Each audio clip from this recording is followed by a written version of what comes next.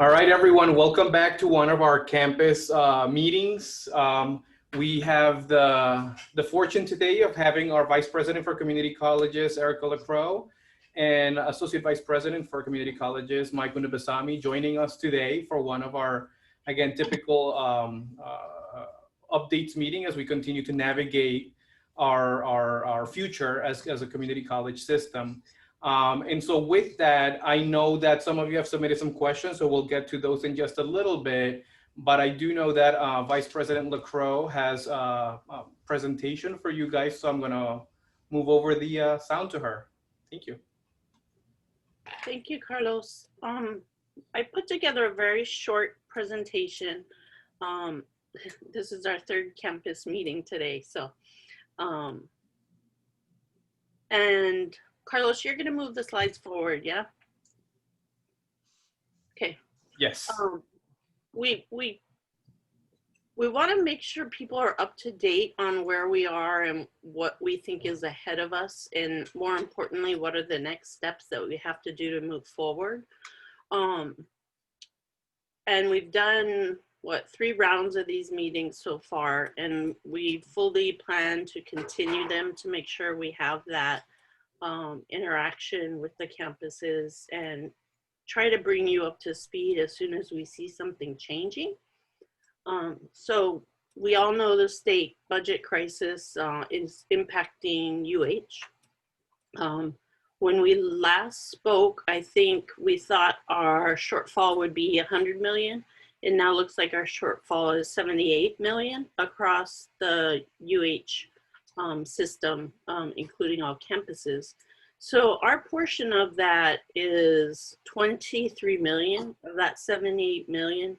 So in terms of magnitude, that's the 23 million is comparable to an entire campus budget. So that's how large this is for us. And we know that recovery from COVID, the crisis in terms of getting the vaccines out, getting our economy to come back, but we know that recovery is at least 4 years, probably longer. And so for this fiscal year, we did not use any reserves to support our operations. Let me just speak real quickly to how we got to the 23 million. My office, the Vice President for Community Colleges, took about 20 million of that in cuts from different allocated funds that we had, such as performance-based funding, some of our equipment money. So these are funds that would normally be coming to the campuses anyway, based on whatever, we have different processes for a lot of them. So we took about 20 million from there, and the campuses came up with a total of 3 million in cuts across the 7. That's combined. So you can see that's not a sustainable way to get through the next 4 to 5 years. So we do need to figure out how the campuses take on more of that burden, and that's going to be through all of our work with reorganization, alignment of programs, trying to make sure we don't have as much duplication as we have right now. In addition to that, the state has also borrowed 750 million to cover fiscal 21's operating budget. So that's for the entire state. Sorry. That will have to be paid back over the next 5 fiscal years. So that's going to impact us one way or another, because that's going to affect G funds that would normally be coming to us. So all the agencies that rely on the state general fund are dealing with this right now. Our situation is a little bit, we have more flexibility. I'm not going to say it's better, because we're all looking at the same percentage of cuts, but we are one of the only agencies that has the ability to generate revenue, which is our tuition funding. So these other agencies that are being hit with the same types of cuts we are, they really have to look at operating and then jumping into personnel, because there's no way they can sustain those without a fresh revenue source like we have from our students paying tuition.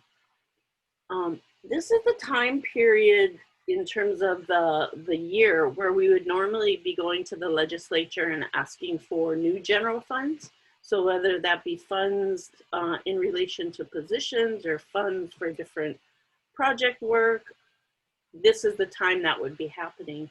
The university, as well as the other state agencies, have really taken the approach that we're not asking for no new general funds. And the reason for that is because we know of this shortfall. So it would be almost ridiculous to be asking for more money at this point. We saw a lot of change with the furloughs, and that was a little bit crazy, right? So we thought we were going to have furloughs come into effect on July 1 of 2020. And then we thought that they would be put into place September, and then we thought they would be put in place October. Then we actually had done all the processing to have them in place for January, just a day or two before the governor came out and said, furloughs are not anticipated until July 1, 2021. So we're still looking at that as we start the next fiscal year, but that didn't help a whole lot in terms of the state budget by prolonging that. That would be a very large impact, but there's a number of other things going on right now, which is probably why he's holding off, and we'll talk a little bit about some of those. Carlos, you can go to the next one. So talking about a little bit how we prepared for fiscal year 21, you all are aware of the things that were put into place in spring 2020, around March, when we all had to revert back to this online environment, or revert to, I should say. And then the president came out with a number of actions that impacted all of us and continue to be in place, so they can continue to impact us. Those are travel restrictions. Of course, this is not the time to be traveling anyway, but we also have to get exceptions to renew contracts that we have. These are not personnel. Oh, it just started pouring at my house. I'm sorry if it's loud. These are not personnel contracts per se. These are contracts for services that your campus would be engaging in. So an easy example is you probably have a fairly large contract, or your departments do, for the Xerox machines. That's to maintain them, maintenance for the service when we need service. Those are all contracts, and that's what that's referring to. And then also equipment purchases, those were restricted as well. So over a certain amount, they have to go through David Lasner to be approved. In addition, you know, the hiring freezes on all vacant positions was put into place.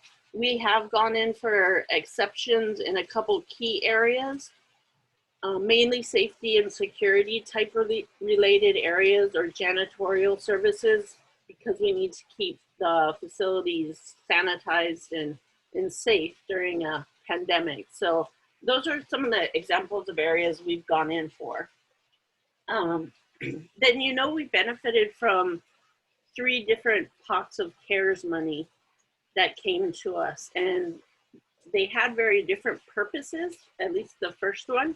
The first one was only to go directly to students. And so we now, I think everybody has spent that money down, and we are trying to work more on our institutional portion of that. There are restrictions on these pots of money, so it's not like they can be used to come up with that 23 million shortfall. The institutional funds could only be used for COVID-related expenses. So I'm sure many of your offices went down the road of purchasing plexiglass, taking actions like that in order to put safety precautions into place. So I think the campuses are still working down spending that funding. And then there was some money for us being minority serving institutions. And I think a lot of the chancellors were coordinating with 4 different examples or suggestions from their Native Hawaiian councils. Some have focused on more IT support, a number of different things, but there's more flexibility with that last pot of money. So what we do know, which is likely why the governor pulled back on the furloughs, is we had gotten wind early January that Congress was going to pass a new higher ed emergency relief fund.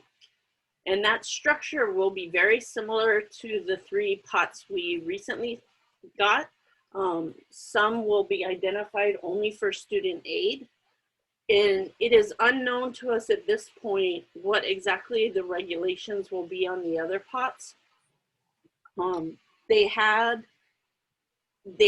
to be COVID related. So it's still not a situation, I think, where we're gonna be able to backfill our budgets.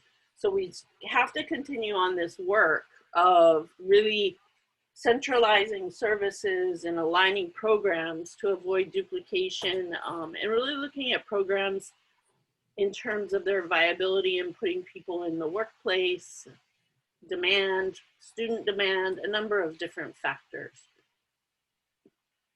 You can go forward. So what I want to just kind of bring you up to speed. In the 3 meetings that we had already today, we had one last week. You know, we haven't been going the whole hour. So it's just a snapshot to keep everybody up to date. And then of course there's always specific questions that people may have. And so that's great at the end.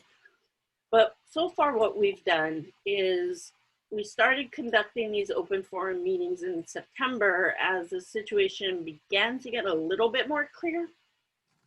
We continued those into October and then towards the end of the semester.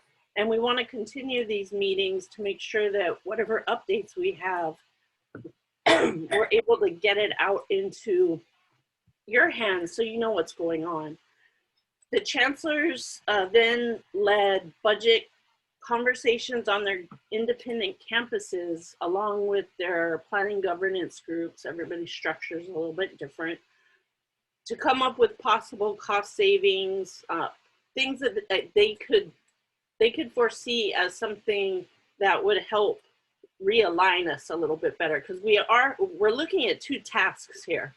The first task is we're looking at how do we come up with that 23 million? And the second task is how do we resize ourselves?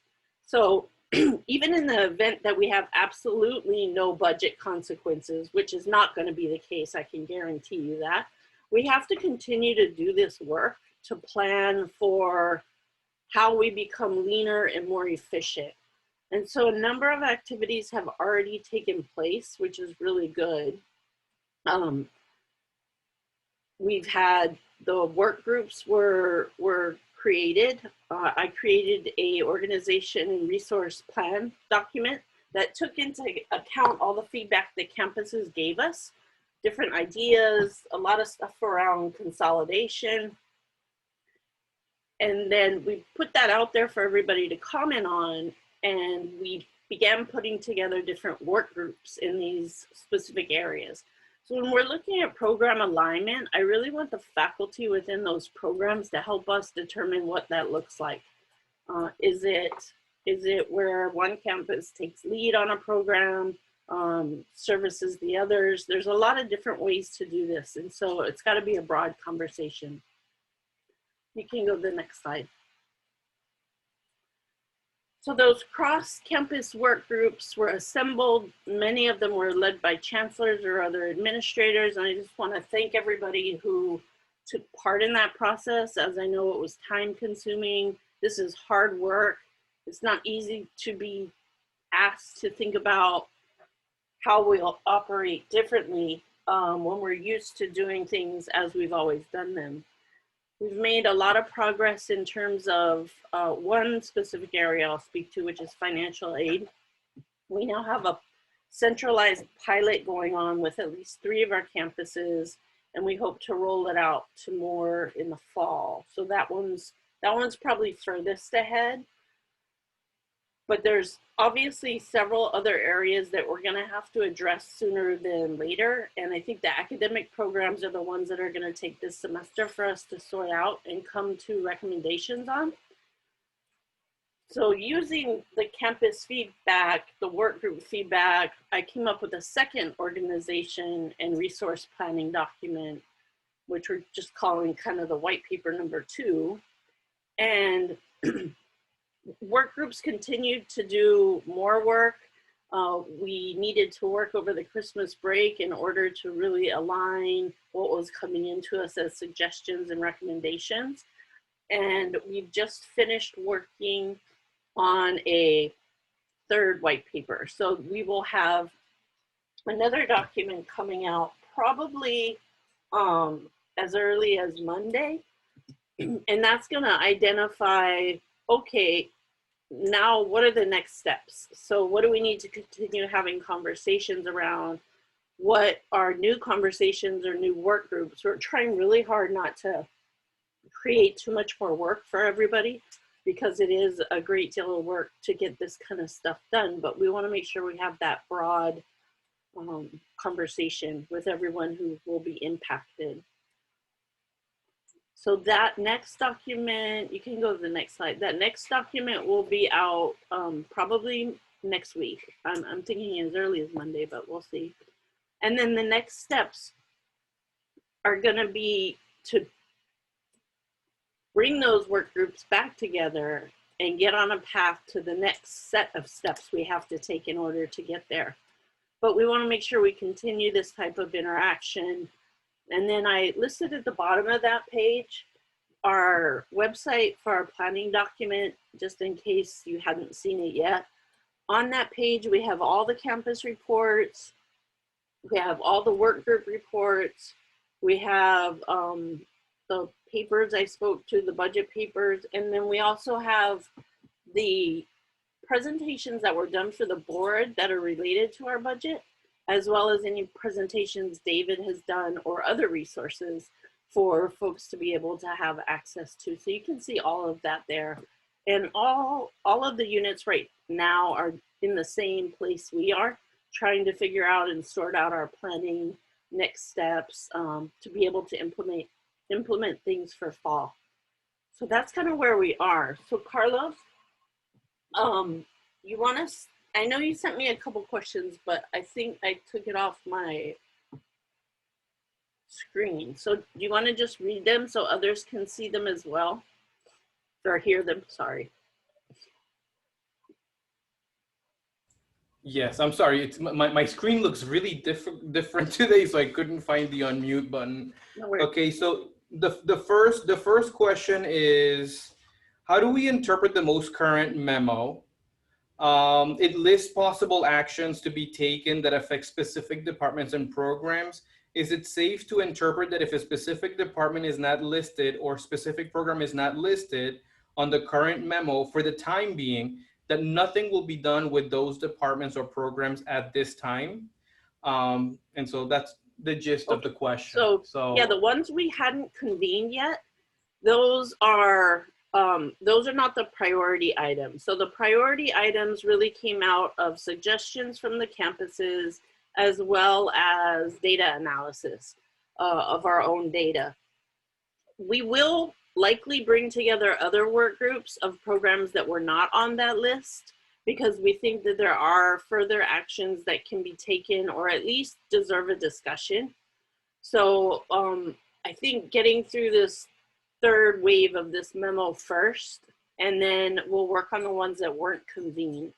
But I know to do that at the end of the semester, it was a lot of heavy lifting for folks to come together and do this difficult work. So we'll try and get those scheduled. We're gonna have to bring the other work groups back together too for the next step. So that'll probably happen before February. Okay, thank you for that. And the second question is UHCC looking at allowing employees who have been doing their work from home since March to continue long-term as a possible cost savings opportunity? Which UH or Senate regulation may prohibit this type of exploration? So there are a lot of discussions like that. I think campuses across the nation that had to go into this mode, which is pretty much everybody, they're all realizing as they formulate how they come back, things are going to look very different. I do think there will be a level of working from home. I can't predict what that is, but we do have to do that in alignment with, you know, with our state regulations, and there are union negotiation pieces there. So I do believe that this will continue to some magnitude. I don't think it'll be as big as it is now. I want to say a little bit about the teaching component of that. We could really see differences in our student types and how they did over the last 2 semesters. We had students that really took to this type of learning. A lot of them sometimes were, you know, those that were working or those that are taking care of family. And so the online method works well for them. But we also saw in our data that we're really hurting other student populations. So the ones that seem, Maui saw the biggest impact, but for those first-time full-time or first-time freshmen coming into us from the DOE, this may not be the style they want. And what we're trying to do now is gear up, because all these students that didn't go to school and just had to do online learning, we know the DOE has had challenges, and those students are gonna, some of them will transition over to us, correct? So we really have to be mindful of what kind of systems we're setting up. I think it'll be a nice, healthy mix of both face-to-face and online. And I do think there will be a component for some online working. Mike, you got a comment? Yeah, if I may, on the administrative side, I would like to see, as soon as it's safe to bring people back, business office, HR, IT, facilities planning, you know, the things that are on the administrative end, I would like to see them back in the office, because I think the productivity level and the interaction that we have among the staff is important. But it's got to be a safe environment. So hopefully with the vaccine and everything else, we will be able to bring back the administrative side soon in the future. Yeah, and since Mike brought up the vaccines, I know Leeward was great at being host to some of the first responder vaccines. I don't know, do you call it a vaccination drive? Whatever. The effort to make sure first responders were vaccinated as quickly as possible. It's kind of been unfortunate as we watch this roll out, because many of the neighbor islands, they're already working on vaccinating. It goes by tiers, right? So 1A are the first responders, 1B are the folks that sit in Mike's category. And then 1C, which likely education would fall in. So it doesn't seem as though Oahu has been able to get as much traction off the ground with rolling these out as some of the neighbor islands have, but they are also working with much smaller communities. So like, I know Maui, they've already been vaccinated, Maui CC, if they wanted it. So that's really great for them. I wish we could move quicker.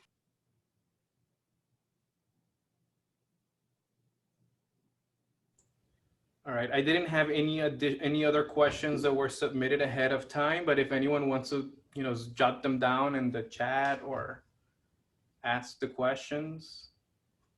I know it's kind of close to the end of the day, but full disclosure, we also just had a campus-wide update meeting late last week, so we're kind of still. You guys are beat, already beat. Yeah, it's been a long day doing 3 of these in one afternoon. I guess I was just wondering how I came away with the, I guess, inaccurate impression from one of our early meetings that more faculty would be involved in these groups that you're talking about. So I had thought that I'd be invited to join one and I wasn't. Now, I'm not saying that, I know it's a balance, Erica, because I know you were talking about, it's a lot of work for extra people too, right? So like at the same time I'm saying this, I'm like, well, it'd be nice to be able to help and contribute, but at the same time, I already have a ton to do as well. So I'm saying that with both things in mind. So I was just kind of wondering how these groups were chosen or how they were formed, and if you guys want additional voices on them.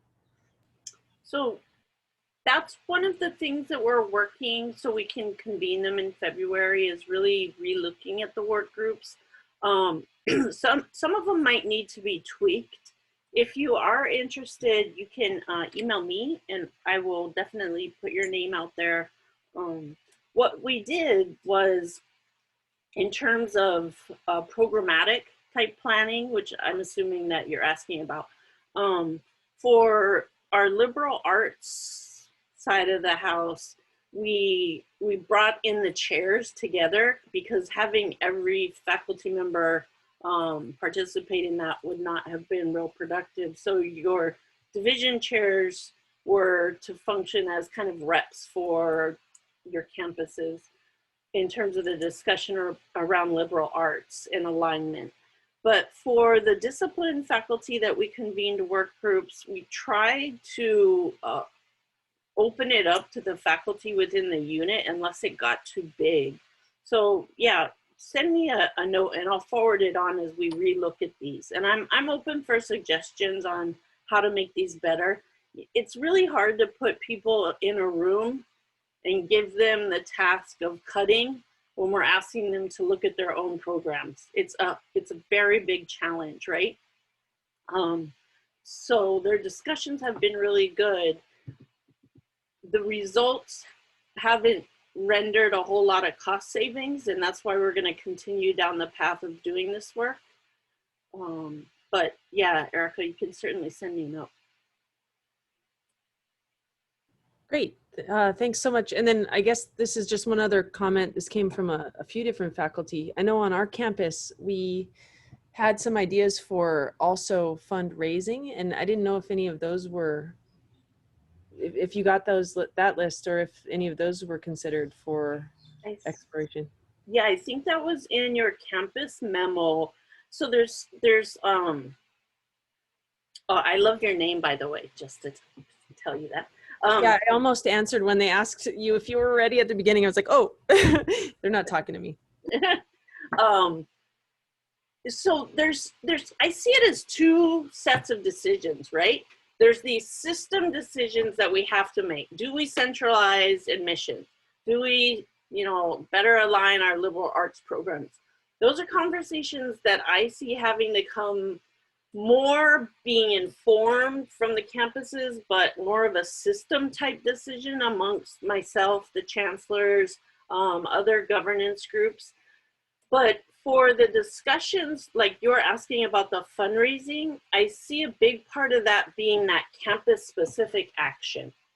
So when I talked about the $3 million that the campuses came up with in terms of budget reductions for this year, those were all done at the campus level, right? We didn't take any cross the board actions to take some, broad stroke action that was exactly the same on every campus. So I think Carlos probably, he would be the one to lead that charge. If we have ones that have system impact, then they would be mine. But campus specific, those would be Carlos. I don't know if Carlos, you can speak to anything of that. Yeah, I think that from the revenue generation side and from the fundraising side, we have taken some of these ideas. It's a matter of, balancing a little bit of the more urgent task, which is to address our general fund deficit. But then added to that, I know that Faculty Senate has had some actions, and I've been part of the planning and budget committee from Senate in looking at some revenue generating opportunities. And so we are looking at those and we are trying to entertain some. But again, it seems like a lot of time has elapsed when it really hasn't been all that long. And so, yes, we're looking at both the fundraising and revenue generating side to help balance out what we are doing. Toward the latter end of the memos, we do have our revenue generating ideas and opportunities that we'll continue to add to. And so, but at the campus level, we'll continue having some conversations on how else to, build this up to. There's a question about how is centralizing financial aid and admissions going to save money. And essentially what that's going to do is put the bulk of processing in one place so it's more efficient. So we don't have 7 different financial aid offices on every single campus staffed with 3 to 5 people, or I may only have 2, I'm not certain. And instead, processing is done behind the scenes in a more efficient manner where we don't have to have a stand-up operation on every campus. And instead, we would need a front-facing person on every campus, because we know students are still gonna walk in and have questions. We can't assume that's not gonna happen, and we have to be there in order to support them. So having that front-facing person to help the students, but then behind the scenes will be more efficient in terms of the number of personnel to get the work done. So this camp could be by transition, as people decide to leave the workforce for retirement reasons. We may not fill those positions if this works. I have to tell you, the work that we're doing here, we aren't sure exactly what that's going to look like when we're done with it, but starting with the 3 campuses we have working on it now, we can see that there's going to be some pretty good results. And I think students are going to get better services. So I tried to answer that one. Erika, I have a question. Yeah. And I asked this with a naivete about how the budget process works. Earlier you said that in addition to other agencies are not asking for funds during this legislative session. So my question is what happens to the budgets that we all work on that go to the BOR that we've submitted, and they submit to, what is it, the governor, I think. So what happens to that? Where does that go? I'm going to let Mike take this, but the governor, you're correct. The board has to approve it. And when I say we're not asking for anything new, right? So we're just hoping to have the most sustainable level that they will possibly entertain for us. And we know, okay, sorry, I don't want to get off track. So yes, it goes to the governor. The governor then handed us our budget. And then it ends up going down to the Senate. And the Senate sometimes will jiggle things around, adjust things. So Mike, can you add to that for more clarity for Momi? Sure. Under normal circumstances, the university comes up with a budget request for the biennium. That goes to the board vets it and approves a board budget, an operating board budget along with a CIP budget. That goes to the governor. The governor then turns around and establishes an executive budget request that includes items that the University Board of Regents approved. Not all of the items that the board approved in a budget request are typically approved by the governor. So it's a smaller budget request. This year, the budget instructions basically said to all state departments that they're not going to entertain any new budget requests given the financial situation of the state. So the board approved a budget that had no additional funds requested other than a CIP budget, capital improvements budget, that is different from the operating budget because those are funded through GO bonds. And that was sent to the governor. The governor then turned around and took that, what is basically our current service-based budget, which is what we have now, and reduced that to come up with a financial plan that he is mandated to do to live within the projections of the Council of Revenues in terms of projected revenues for the state of Hawaii. That is where he came back to the university and said that of your programs, you need to reduce your budget by $78 million. For the community colleges, UH 800, your portion of that is $23 million, or 11.3%. So that is what is being sent to the legislature. And that is what the legislature will start with as far as what they would consider in their biennium budget process. What comes out of the legislature is what comes out as an appropriations bill. We will know what our share of the state budget is and our share of the university's budget is sometime in April when that's passed. That then goes to the governor. The governor can either restrict or allocate all of what was appropriated. So the process was a little bit different this year because we were not allowed to ask for anything more, but actually the governor went to and submitted an executive budget request that was for the community colleges 11.3% less than our base. Does that address your question? Yeah, it does. It just concerns me that, I don't know, it just feels strange to have them tell us not even to ask. You know, I'm of the mind you ask big and then you pare down from there. So I'm glad you went through that process, but it just kind of is annoying. Under normal circumstances, that's what happens. We ask big, yeah, convince the board that this is what the university needs, and the governor pares it down. But typically the pared down version is more than what we started with. This year, he doesn't have a choice.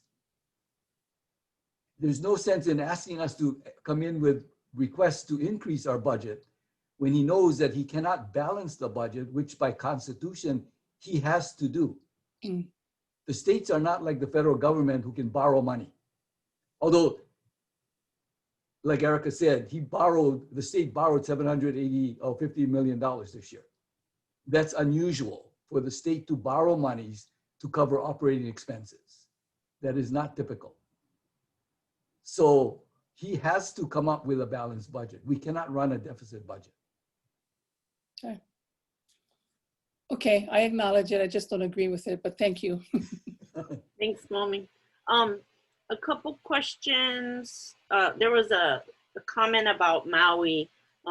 Thank you for posting that. We did hear from Louis, the chancellor there this morning, that it's the wave of how these vaccines are getting to where they need to go. And apparently they won't know till, what did he say, Mike? Till Thursday, what they're gonna get. So yeah, they did have a little snafu there by turning people away.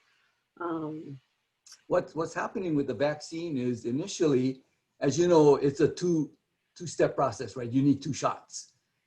So the initial strategy was to give people the initial shot and keep in reserve enough for the second shot.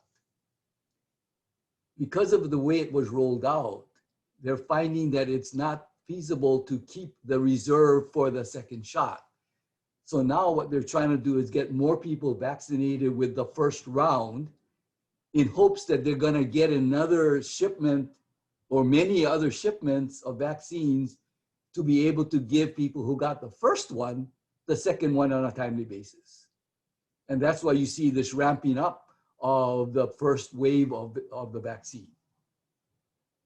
We were hoping that the university, and this is, well, on Oahu, that they initially were talking about a pod at Manoa to take care of higher education and education as a whole. We're trying to also take care of the Department of Education.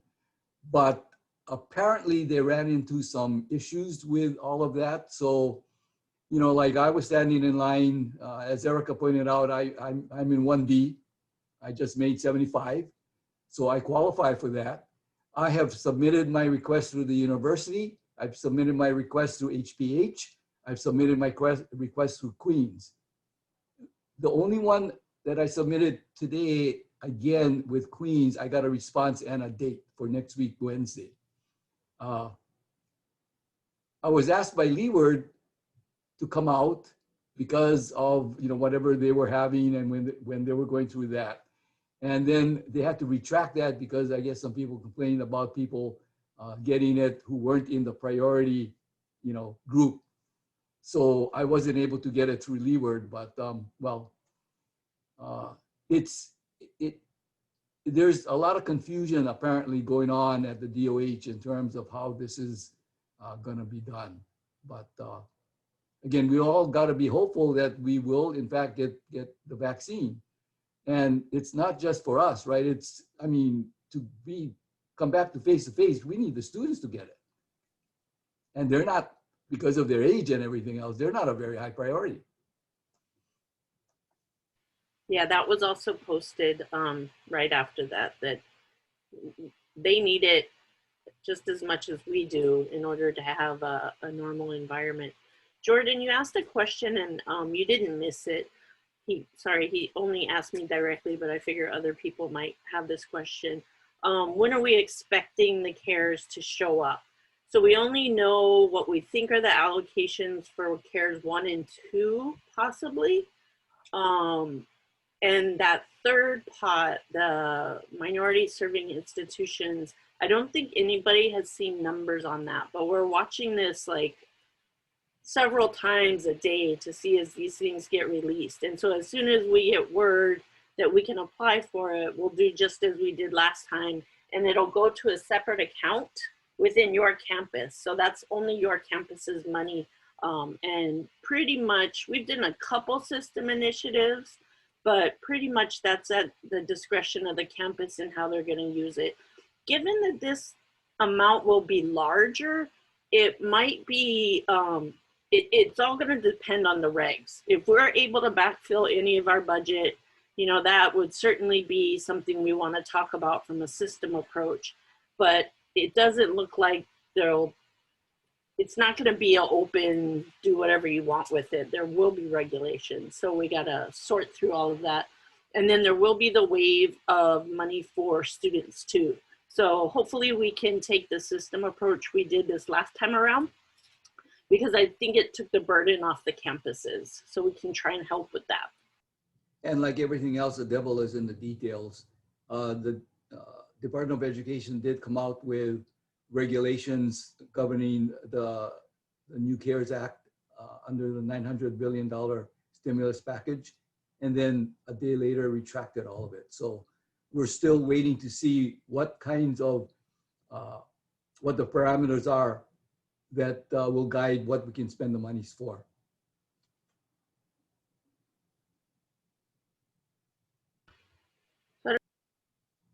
I don't see any other questions, but if you ever have a question you just want to ask, just because you're curious or you heard something, email me or Carlos and I'm happy to respond back to you.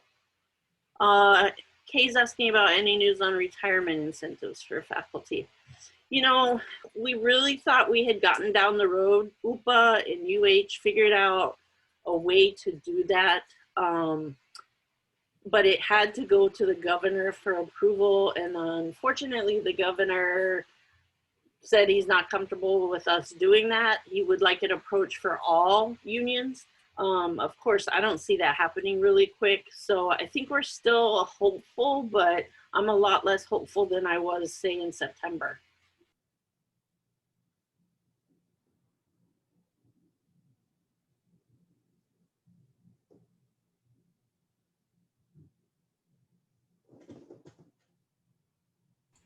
There's a question about how much of the student aid. So let me clarify this question. Are you talking about that the students got to use the aid for tuition? Because we have to give them the money directly, but we can't dictate what they use it for. So I'm not sure how we would figure that out if that's the question.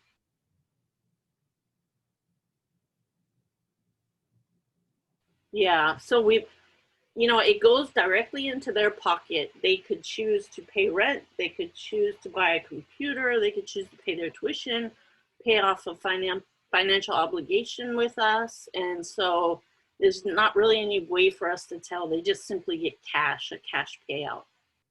Let me clarify that a little bit further. Some students have financial obs. And when you have a financial ob, you cannot register, right? You need to clear the financial ob before you can register for the next semester. The university's position was that you cannot give CARES money to the institution to clear a financial obligation. You can give the monies, CARES monies, to the student, but in giving monies to the student, there's no guarantee that the student would use the monies to clear their financial ob. So we went one step further in trying to get more students monies so they could do that and have some assurance that they would use the monies to clear financial obligations. The way in which we did that was to understand how we did scholarships. And we asked the question, when you give a student a scholarship, can you use that money, that scholarship money, to pay off a financial obligation that the student has at your campus? The answer was yes, that is your normal practice. So we told the campuses that you can give scholarships to students to pay their financial obligation, as long as it's within the guidelines and the way in which we did business or do business with scholarships being awarded to students. I'm not sure whether all campuses did that, but it is still true that we cannot pay ourselves to clear a financial obligation. But the scholarship was a way around that, so to speak, without writing a check directly to the student, and the student goes out and either pays rent or takes care of their living expenses before they paid off their financial ob. And that didn't help us because they couldn't register for the next semester. They had to clear their financial ob first. So it was a catch-22 for us. So we were trying to find ways in which we could do all of that so that students could, in fact, register and have a way to have them pay their financial obligations.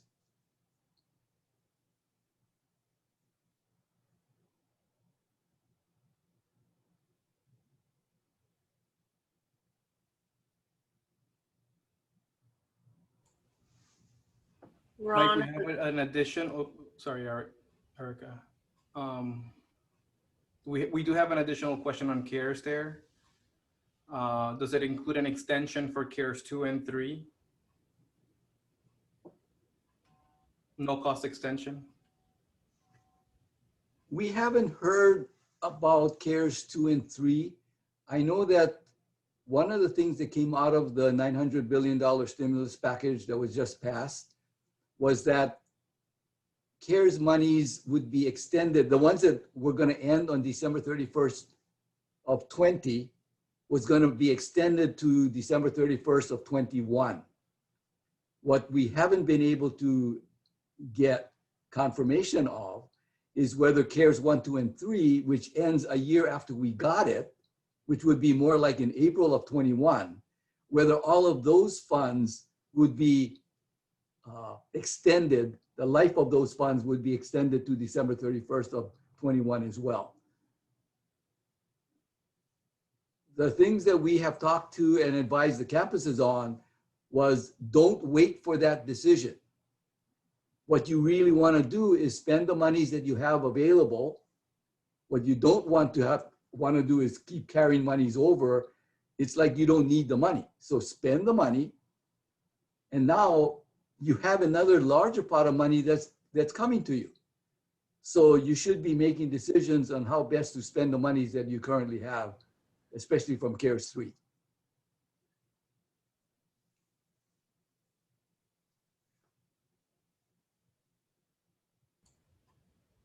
Ron, you had a question about the Reimagining Community Colleges Workforce Grant. That's a grant we did with the chamber, with the Oahu Workforce Development Board, among us.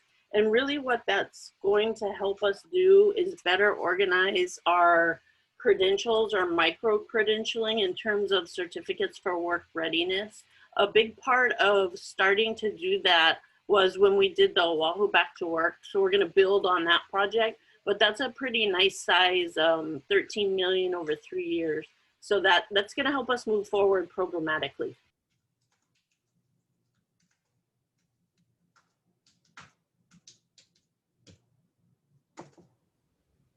All right, everyone. I don't know if there are any additional questions, but like Erika suggested, if there are any other questions at any other time, you could funnel them through me, and we'll schedule additional meetings where I'll continue updating and answering questions. And as you know, major shifts happen, I'm sure we'll invite Erika and Mike again to share with us a little bit. But at this time, I really want to thank both Mike and Erika for providing us some answers and some updates on our progress, and looking forward to continue engaging with everyone so that we could make it through this process in one piece. So thanks everyone for joining us. Thank you for taking the time. Thank you, Mike and Erika, for joining us again. Thank you all so much. And thanks for all the hard work and the heavy lifting you're doing for our students. It's so important. And I really appreciate all the work that everybody's in this together. So have a great day. Nice to see you all. Have a great 21.